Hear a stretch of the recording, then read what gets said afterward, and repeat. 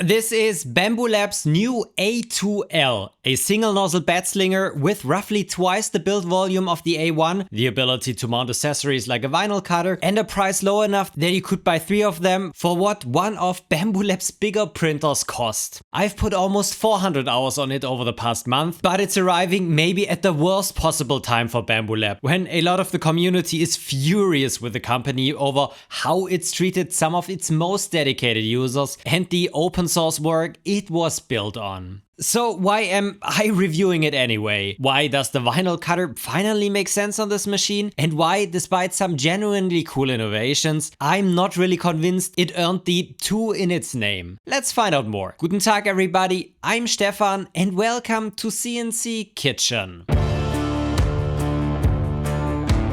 This video is sponsored by Voxel PLA. Check out their affordable filaments at voxelpla.com. Before we talk about the A2L itself, I need to address the obvious question: why am I reviewing this printer at all? This machine was provided by Bambu Lab as a review sample. I, at least until now, had a good business relation with them, and I'm also part of their affiliate program. That makes transparency here very important. I think Bambu Lab currently deserves a lot of criticism for how it handled parts of the community, open source, and the direction in which their 3D printing ecosystem is developing. But at the same time, many people are still buying their machines, and those people should get an honest technical review, but also be informed about from whom they are buying the machine. So this video is not an endorsement of every decision Bambu Lab makes as a company. It is my attempt to look at the product objectively, while also informing you about the system around it and the concerns that currently exist, and I hope you can appreciate that. The short version of the current controversy is: Bambu Studio, which is their slicer, is based on open source software, but the tightly integrated network plugin that provides access to Bambu Lab's cloud remained closed source. Many people see this as a clear non-compliance with the AGPL license that Bambu Studio is built on. Last year, Bambu also restricted cloud access for third-party slicers. Then, just recently, after a developer managed to restore cloud communication in an Orca slicer fork, Bambu threatened legal action. I'm not a lawyer, so I won't be able to give a final legal judgment here. But Bambu Lab actively chose the shortcut of using open source software, and they will simply need to deal with the consequences. And the network plugin isn't the only example. We had similar things happening in the past, with projects stemming from the community being marketed as their own, and this seriously saddens me. I simply cannot understand why they are constantly keep shooting themselves in the foot by mistreating the community that made their company, up to the point of legally threatening them. Not only do they anger the most dedicated customers, but all of that has now come back to haunt them through a pretty classic Streisand effect, where more issues are being discussed publicly now, and bigger names have joined the fight against Bambu Lab. I have also shared my position with them in the background, because I simply hate public drama. And I think this can have more impact than making the 100th drama video, sometimes maybe also just for the sake of views. Honestly, I hope the whole AGPL debate eventually goes to court, because without a clear legal precedent, I don't think the community and companies will ever come to a common understanding. And that precedent would also matter for many other companies that do not play fair in the open source space.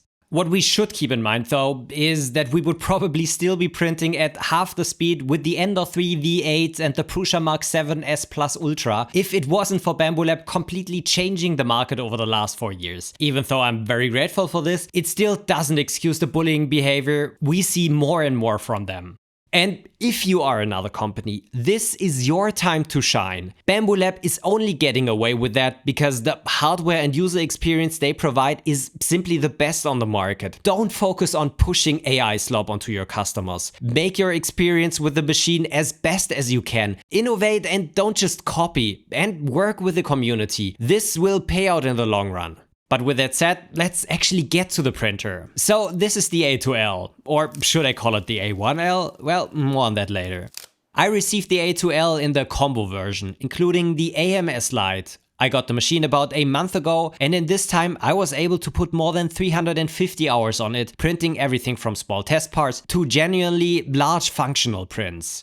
The L in the name stands for large, because this is finally the bigger version of Bambu Lab's more affordable A-series printers. The build volume is 330 by 320 by 325 millimeters, which is very close to the volume of the H-series machines. This might not be as large as some people have hoped, but Bambu Lab has said before, when talking about its flagship H-series printers, that their research showed that roughly 320mm3 build volume covers most consumer use cases for shoes to cosplay parts. Anything bigger than that increases costs disproportionately and makes it mechanically harder to handle. But I mean, what do you think about this format? Is it still too small for you, or is it just about right for the kinds of parts that you're gonna print?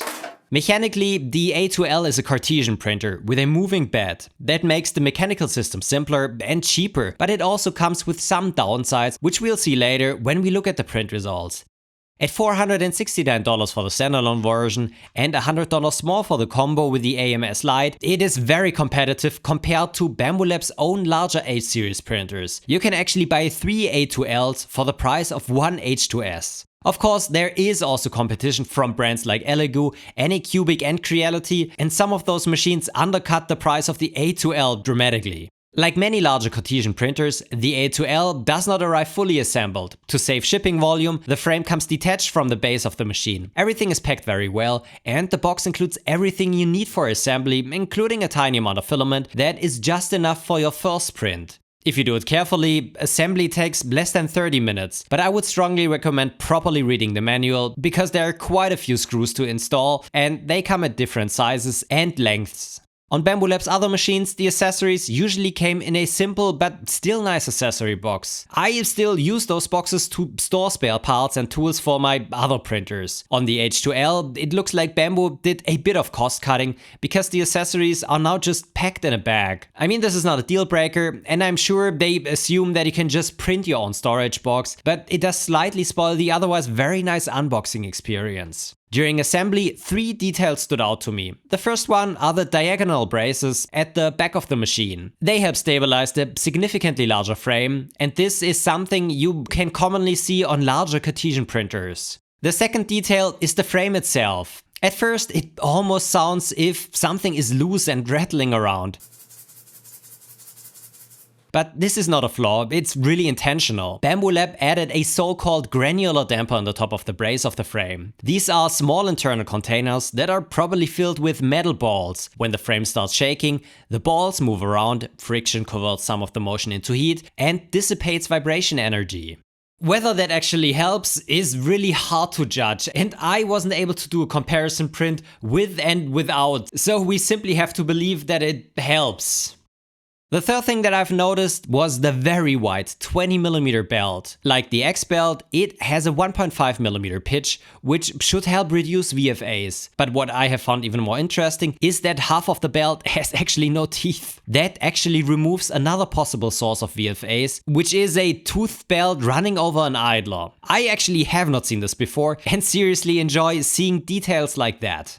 If you buy the standalone printer, you get a spool holder that mounts to the top of the machine. If you buy the combo version with the AMS Lite, the AMS sits next to the printer and connects with 4 PTFE tubes. The standard spool holder or the AMS Lite still only holds the typical 1 kg spools. On an A1 or an A1 Mini, the reason to buy an AMS is usually multicolor printing. But on large printers like the A2L, it also makes sense for another reason. Large prints can quickly use more than one spool of filament. The AMS allows you to load several spools of the same material and automatically switch from one to the next when one spool runs out. For longer prints, that can be extremely handy.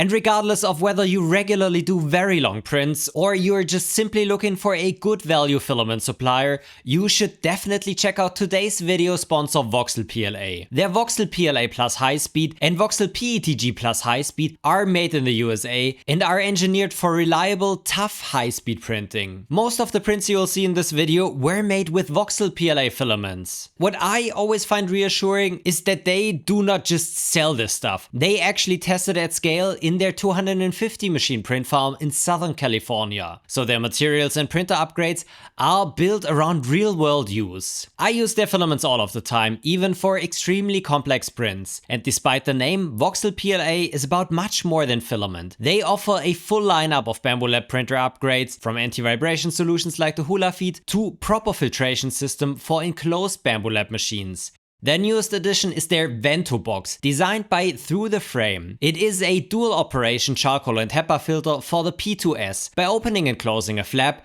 you can switch between recirculation mode for high temperature printing or exhaust mode for cool prints and clean air in your workshop, which I am a total fan of.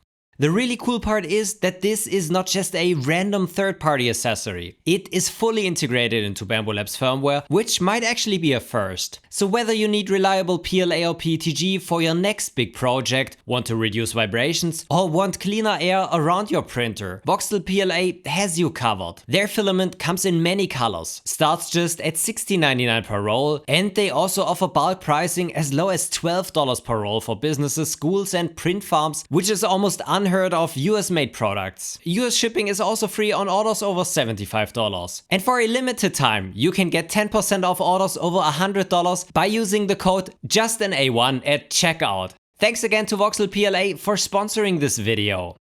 Now let's power on the machine. The screen guides you through the setup process. The preferred way to use the printer is to connect it to Bambu Lab's cloud using your Bambu Lab account. That gives you remote monitoring and control from everywhere. But especially after the current controversy, I want to point out that you can also use the printer in LAN-only mode without connecting it to Bambu Lab's cloud. In that mode, you cannot use the phone app, but you are still able to send print jobs over your local network from Bambu Studio and even from Orca Slicer. And only feed it print jobs and firmware updates from the included SD card. How you use the machine in the end is up to you, but the further you move away from Bambu Lab's own services, the less convenient the experience will become. And that convenience is honestly one of the main selling points of these printers for many users. After setup, the printer runs through a calibration routine. It does vibration tuning, motor noise compensation, and a very detailed bed leveling process. In total, that takes around 45 minutes. Once that is finished, you can either start printing the files included on the SD card or slice your own models. Speaking of the microSD card, this is also where your files are stored for reprinting and where time lapses are saved if you enable that feature. But what you can print depends on the specs, so let's look at those. The most obvious feature is the build volume, which is 330 by 320 by 325 millimeters. This is roughly twice the volume of the smaller A1. And if you care about serial production of smaller parts, the build plate of the A2L is about 60% larger than the A1's. The H2D and H2S build plate do not fit the A2L, but the H2C with its narrower bed uses exactly the same sheet. That means the A2L can benefit from that existing ecosystem. The bed itself only heats to 80 degrees Celsius, which pretty much limits this machine to PLA, PETG and TPU. That might be a downside for some users, but honestly, printing ASA or other high temperature materials on large open frame printers is usually not what you want to do. For those materials, I would rather use an enclosed machine. But for the typical casual 3D printing user, an 80-degree bed is not a huge problem or limitation in my opinion. One feature I'm sure we will see on more printers soon is the hybrid magnetic bed. Usually printers use a magnetic sheet glued to the bed, but on larger prints, especially with anything other than PLA, the magnetic forces holding the print plate down might not be strong enough. Instead of the part lifting from the plate, the entire plate can lift from the bed.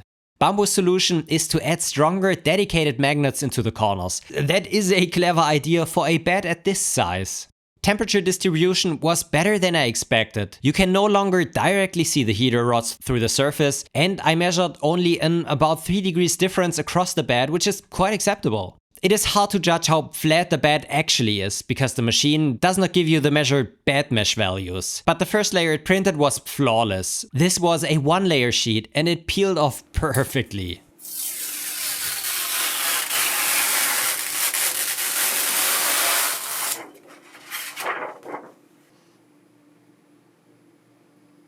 Because the A2L is a Cartesian printer with a moving bed, you need more desk space, especially behind the printer. A similarly sized H printer roughly needs a minimum of 500 by 600 millimeters on the desk. The A2L needs around 600 millimeters in width, and once you account for the full bed movement, it needs at least 650 millimeters in depth, and even then, the bed still moves over the edge.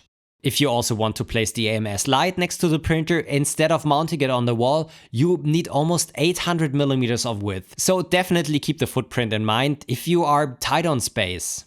Apart from the rear bracing, the A2L looks very much like a scaled up A1. Even the screen appears to be the same. The extruder also looks almost identical to the A1 extruder and also uses A-style nozzles capable of 300 degrees Celsius. By default, the printer comes with a stainless steel nozzle, so if you want to print anything abrasive like fiber-filled filaments or even glow-in-the-dark materials, you should definitely get a hardened steel nozzle. Even though the A2L hot ends closely resemble the hot ends of Bambu Lab's newer machines, they are not the same. The melt zone is shorter, which you can also see in the slicer, where the A2L cannot melt as much plastic as, for example, the H2S. That seems to be a cost-cutting measure, but especially on a printer with that volume, high-flow nozzles would have been a nice thing.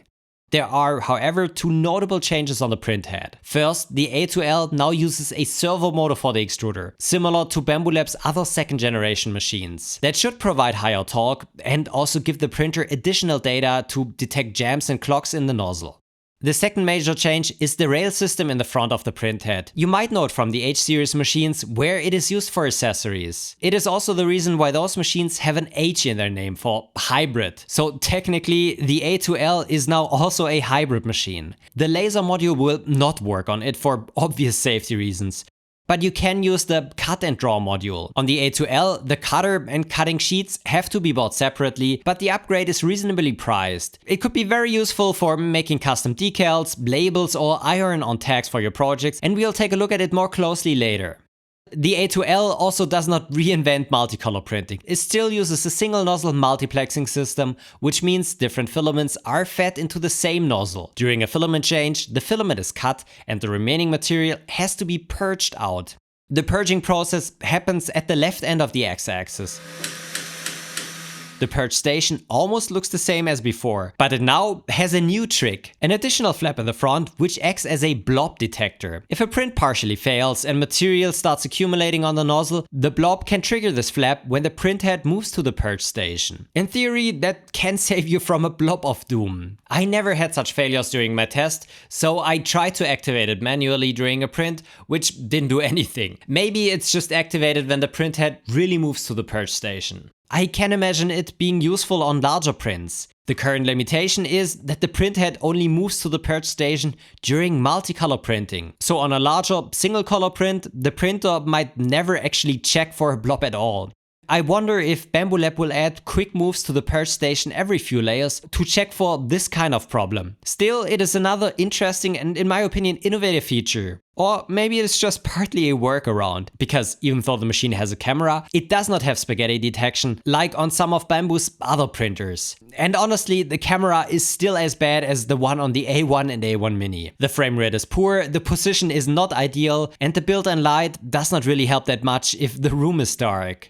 This is fine for very basic printer monitoring, but if you want to properly check your prints remotely, you should get an external camera. And that brings me back to the name, A2L. The 2 suggests that this is a second generation machine. But the only second generation features I really see here are the servo extruder motor, maybe the blob detection sensor, and maybe the cutting module. Everything else feels much closer to the A1 and A1 Mini. The wider belt, the braces and the additional magnets in the bed are not necessarily second generation features. They are mostly things you need when scaling up a printer.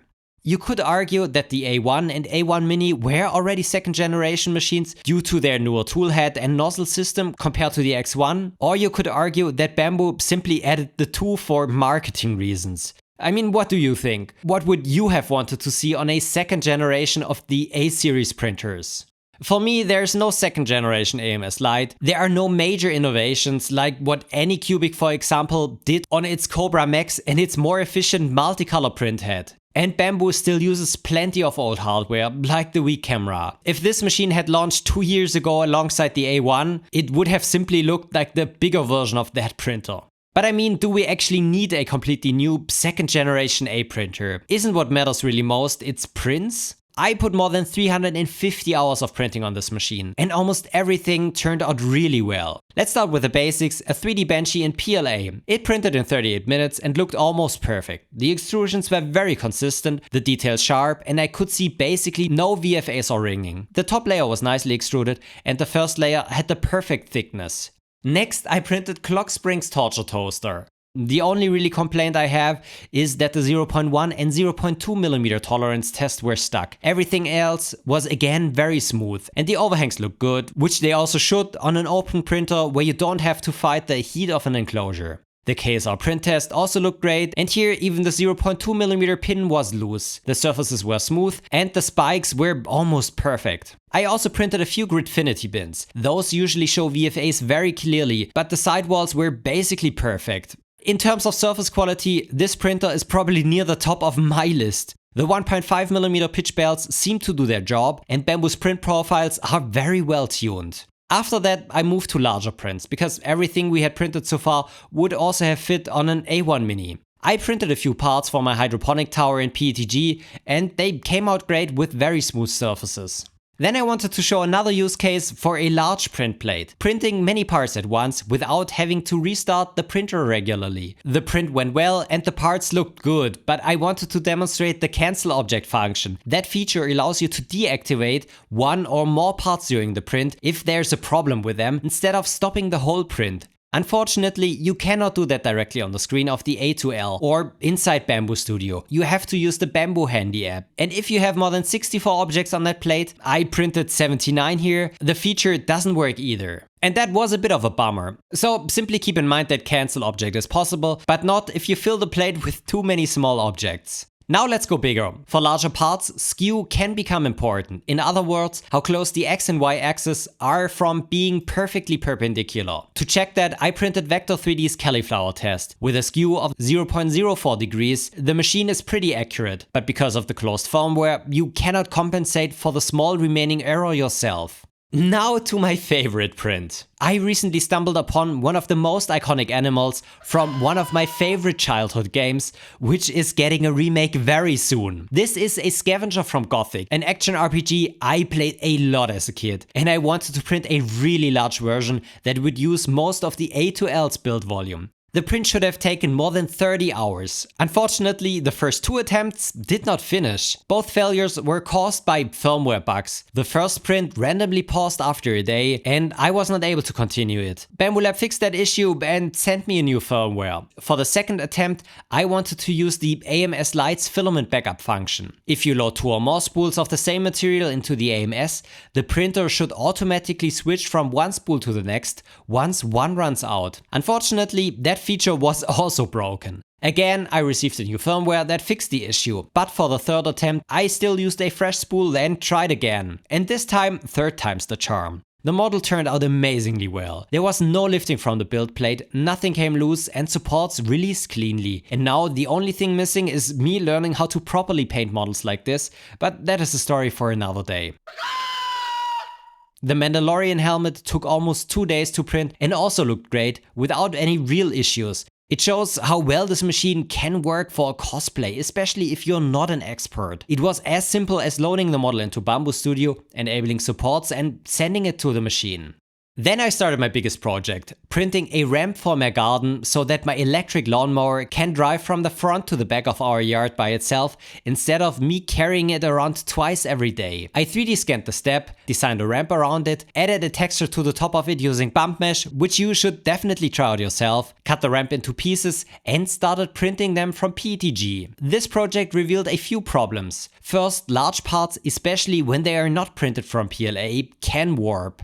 For the next part, I added a layer of build plate adhesive to the bed and used the brim. That finally held everything in place. You could also really see the corner magnets do their job, because the part tried to lift from the build plate, but the corners of the plate stayed down. The second issue was surface quality on the taller parts. The higher the print got, the more artifacts appeared on the surface. I had not seen this on other larger prints, and it was probably caused by the kinematics of the printer. A Cartesian printer moves the bed and therefore the print back and forth. As a contrast, on a Core XY machine, like many enclosed printers, parts are kept stationary and only the tool head moves in X and Y. When parts become taller, they also become less stable. And since my ramp pieces were relatively slim, the print orientation mattered a lot. If the larger side of the part faces the bed movement direction, it becomes especially unstable. So whenever possible, you want the more stable orientation aligned with the movement direction of the bed. Bambu Lab tries to mitigate this with something they call adaptive vibration compensation, where they seem to actively adjust the input shaper values depending on the weight you already printed on the bed and how tall the print is. But this doesn't help much if the print itself is unstable. One feature in Bambu Studio that did help though is slowdown at height. When enabled, the printer reduces speed and acceleration as it gets higher on the part. So it simply prints more slowly and with less harsh movements the higher the part is. Changing the orientation, enabling that feature and also using the latest firmware seemed to do the trick because the last part came out really well. But this still shows one of the big limitations of large Cartesian printers if you want to print fast, and why a Core XY design can be beneficial for tall and unstable parts. And this is also not something where the granular dampers help, because they stabilize the frame but not the actual part. By the way, another side effect of the large and heavy moving bed is that it introduces more vibrations into the workbench. In my case, it was enough that parts and tools on the bench started moving around, and more than once I had things falling down during a longer print. During editing, I even noticed that my good camera was almost about to fall down the workbench, so it might be worth looking into some decoupling. Finally, I also printed one of my usual color test models, the wool hex tile from a 3D printed Catan set. The A2L supports up to 19 colors if you combine 4 regular AMS units with 1 AMS light. And yes, the A2L is compatible with the box style AMS, the AMS2 Pro and even the AMS HT if you work with materials that need to stay dry. For my testing, I exclusively used the included AMS light. In terms of print quality, it performed well, but it has the typical purge waste you get from a single nozzle color change system. Printing really large parts in multiple colors is not what this machine is best at. It creates a lot of waste, and because the filament changes are slow, it also takes a long time. If multicolor printing is your goal, especially for large parts, a multi-tool and multi-nozzle system still makes much more sense. That said, color changes with the AMS light can be faster than with the box style AMS because the filaments are already loaded very closely to the print head in the 4 PTFE tubes. So they do not need to be retracted all the way back into a closed AMS unit every time. But that can also be a downside. If you use filaments that are prone to breaking under stress, like some PLA Plus materials, the filament pieces inside the PTFE tube can shatter into many small pieces. Cleaning that out can be a real pain. The third material that you would probably print on the A2L is TPU. You will not win any speed records with it, but if the filament is dry, the results are great. This was 98 TPU, fed directly from the top spool holder, and the Benchy printed in only 1 hour and 13 minutes. Let's also have a word on print speed. Generally, the A2L is a pretty quick machine, and in my tests, it was only about 10 to 20% slower than the Core XY H-series machines. There are 2 reasons for that. Due to the motion system, Bambu Lab limits speed during infill and travel moves, and probably more significantly, limits accelerations. The other limiting factor is the hot end melt rate itself, which is a bit lower on the A2L's older and cheaper hot ends, and which might actually be the more critical difference in the end.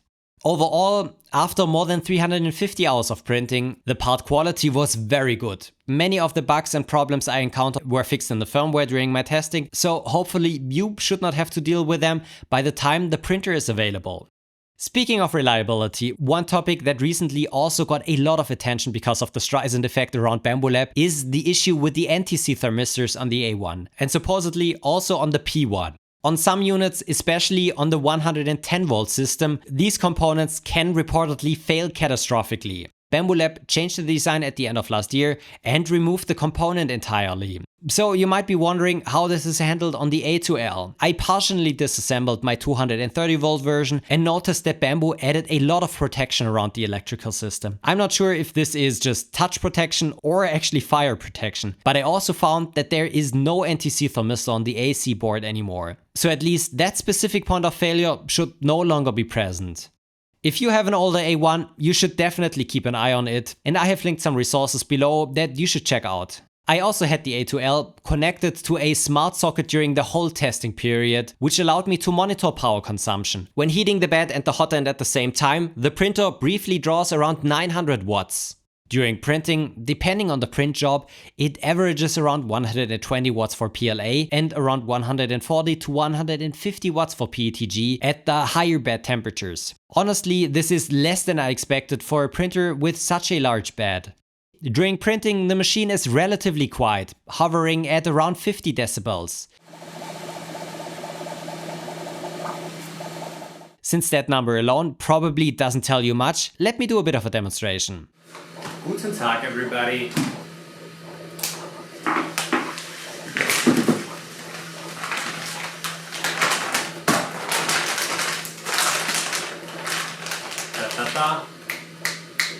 The loudest component is usually the part cooling fan. It is not fully on during normal printing, but it ramps up for overhangs and bridges. Because the machine is fully open, there's also no air filtration. So make sure your print room is properly ventilated, and please do not print in your bedroom or let your kids run the printer in their rooms. So enough 3D printing. Even though there is no H for hybrid in the A2L's name, it is Bambu Lab's first non-H series machine that supports accessories. There's no laser module for it, and there also will not be one, but you can get the cut module. And I think on this machine it actually makes a lot of sense. The cutting upgrade costs around $60 if you buy it with the A2L. It includes the cutting platform, the cut and draw head, and some accessories. The sticky cutting plate has a working area of 300 by 300 millimeters, which is large enough for A4 or letter-sized sheets. Honestly, I never used the cutting module on my other Bambu Lab, so I finally wanted to try this one here. I wanted to make some swag and also a t-shirt I secretly wanted since I was a child. After removing the front cover, you slide the module into the front rail, lock it into place with a lever, and plug in the cable at the top. The cable is necessary because the cutting module has a force sensor. That sensor is used for leveling and for precisely controlling the pressure onto your workpiece, so it stays consistent during cutting. After installing the cutting module and the plate, the printer performs a quick calibration, and then it's ready to go. Cutting is prepared in Bambu Suite, which is a separate tool available for Mac and Windows. It works fairly well. The A2L does not have the bird's eye camera from the H series, so precisely placing a cut on existing vinyl is difficult. But Bambu Lab says there will be an option to use your phone to capture the cutting plate and help position designs. In my case, I stuck the heat transfer vinyl onto the cutting plate, prepared the design in Bambu Suite, selected a material profile, and sent it to the printer, which at that point is basically a plotter. After the design is cut, you use the weeding tool to remove the vinyl you do not need, and then transfer the design on a shirt with an iron. One sheet did not cut properly at first, so I had to redo it. Everything else worked fine. For a first try, I actually think it looks quite good, despite the E that I messed up with the iron and some things not perfectly aligning. There are many more things that you can do with the cutting module, and Maker World already has a lot of prepared projects for it. On the H series machines, I honestly saw the cutting module as more of a gimmick. Those are around $2,000 high performance 3D printers, and using them as a plotter felt a bit strange. But on the A2L, it makes much more sense. The bed is big enough for common paper sizes, and the machine itself is more casual and accessible. For example, if you're a cosplayer, you no longer need both a 3D printer and a separate plotter. You can print your helmet and then cut the decals for it on the same machine. Everything is neatly integrated and explained on the A2L, and nothing feels like you need expert knowledge. And this is both the blessing and the curse of Bambu Lab machines. They work really well and they are extremely approachable, as long as you stay inside Bambu's ecosystem and cloud. The moment you try to step outside, things get complicated. No cloud means no convenient remote monitoring through the app. No Bambu filaments means materials are not automatically recognized, and you do not know how much is left on a spool. And I want to be clear that these are not just minor annoyances. I also fully understand the concerns about Bambu potentially abusing open source software, about an increasingly closed ecosystem, and about where your data goes once it is processed through the cloud. If those things matter to you, then you should not buy this printer or any Bambu Lab machines in general. You will likely have a better experience and more peace of mind with one of the competitors that take open source and data privacy more seriously.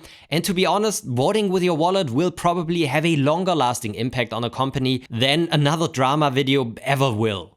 For a lot of people, the relationship with Bambu Lab feels like the relationship with Nvidia or Tesla. Their products are excellent, but the company behind them can be questionable. So with all of that on the table, here is my recommendation. Buy the A2L if you want a big, approachable, relatively affordable workhorse for PLA, PETG and TPU, for cosplay, functional parts and the occasional cutting job. And if you are comfortable with living inside Bambu Lab's ecosystem.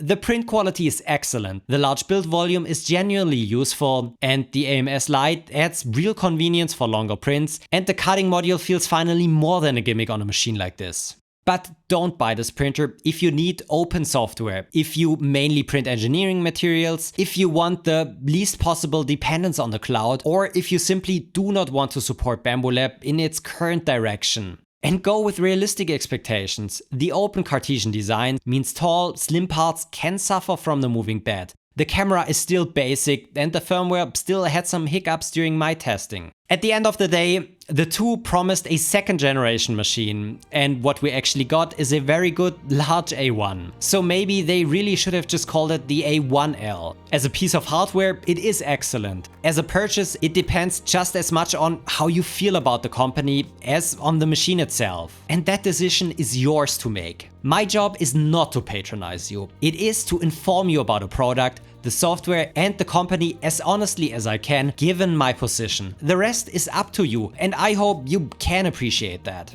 If you're looking for alternatives, I have listed other large Cartesian printers down in the description. Thanks for watching everyone. I hope you found this video interesting. If you want to support my work, head over to Patreon or become a YouTube member. Also check out the other videos in my library.